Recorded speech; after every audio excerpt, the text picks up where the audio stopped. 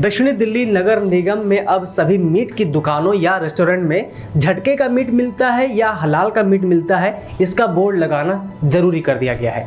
इस पर एसडीएमसी का कहना है कि हमारे क्षेत्र के 4 जोन में आने वाले 104 वार्ड में हजारों रेस्टोरेंट हैं, जिसमें से 90% रेस्टोरेंट में मीट परोसा जाता है, लेकिन उसमें इसके बारे में नहीं बताया जाता कि रेस्टोरेंट द्वारा परोसा जा रहा मांस हलाल विधि से काटा गया है या फिर झटका विधि से। लेकिन इन सब के बीच बहुत से लोग ऐसे भी हैं जिन्हें ये नहीं पता है कि हलाल मीट और झटका मीट क्या होता है, इन दोनों के बीच अंतर क्या है। तो आपको बता दें कि यहाँ हलाल और झटका इन 2 तरह के मीट की बात होती है। दुनिया में 3 मुख्य तरीके से जानवरों को काटकर उनके मांस का इस्तेमाल किया जाता है। इसमें हलाल, झटका और शेचिता शामिल है। शेचिता तरीका यहूदियों में बहुत पुराने समय से इस्तेमाल होता आ रहा है। हमारे देश में इसका कोई खास रोल नहीं है, इसलिए बाकी 2 तरीकों पर हम बात करते हैं।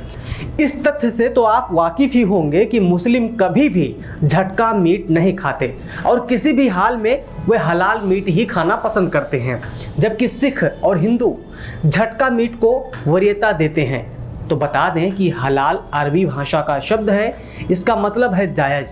इस्लाम के मानने वालों को निर्देश है कि वे हमेशा हलाल मीट ही खाएंगे। हलाल मांस में जानवरों को धीरे धीरे मारा जाता है। हलाल मांस के लिए जानवर के गर्दन पर 3 बार छुरी फेरने की मान्यता भी है। इस दौरान जानवर की गर्दन पर चाकू चलाने वाला इंसान कुरान में लिखी कुछ पवित्र लाइनें पढ़ता रहता है। ऐसा इसीलिए किया जाता है ताकि जानवर के शरीर से सारा खून पहले ही बाहर आ जाए। इस्लामिक कानून के मुताबिक जानवर हलाल के समय बेहोश नहीं होना चाहिए। वहीं झटका मीट की बात करें तो वो झटका मीट वो मीट होता है जिसमें एक ही वार में जानवर को मार दिया जाता है और जानवर का सिर उसके धड़ से अलग कर दिया जाता है। इस प्रोसेस में जानवर की मौत तुरंत हो जाती है।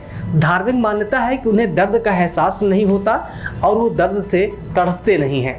हेल्थ एक्सपर्ट्स की माने तो हलाल मीट खाना झटका मीट खाने से अधिक स्वस्थ होता है, क्योंकि हलाल करने के दौरान जानवर की धमनियों से सारा खून शरीर के बाहर निकल जाता है और इस तरह खून के साथ कई टॉक्सिक एलिमेंट भी खून के साथ जानवर के शरीर से बाहर निकल आते हैं, जबकि झटका मीट से जानवर के शरीर से सारा खून बाहर नहीं निकल पाता और मांस भी सख्त और रूखा रह जाता है। हालांकि दोनों ही तरीकों की तरफदारी करने वाले अपने अपने तरीकों को सही ठहराते हैं और यही वजह है कि अब इन दोनों तरीकों में अंतर न रहकर विवाद की हद तक जा पहुंचा है।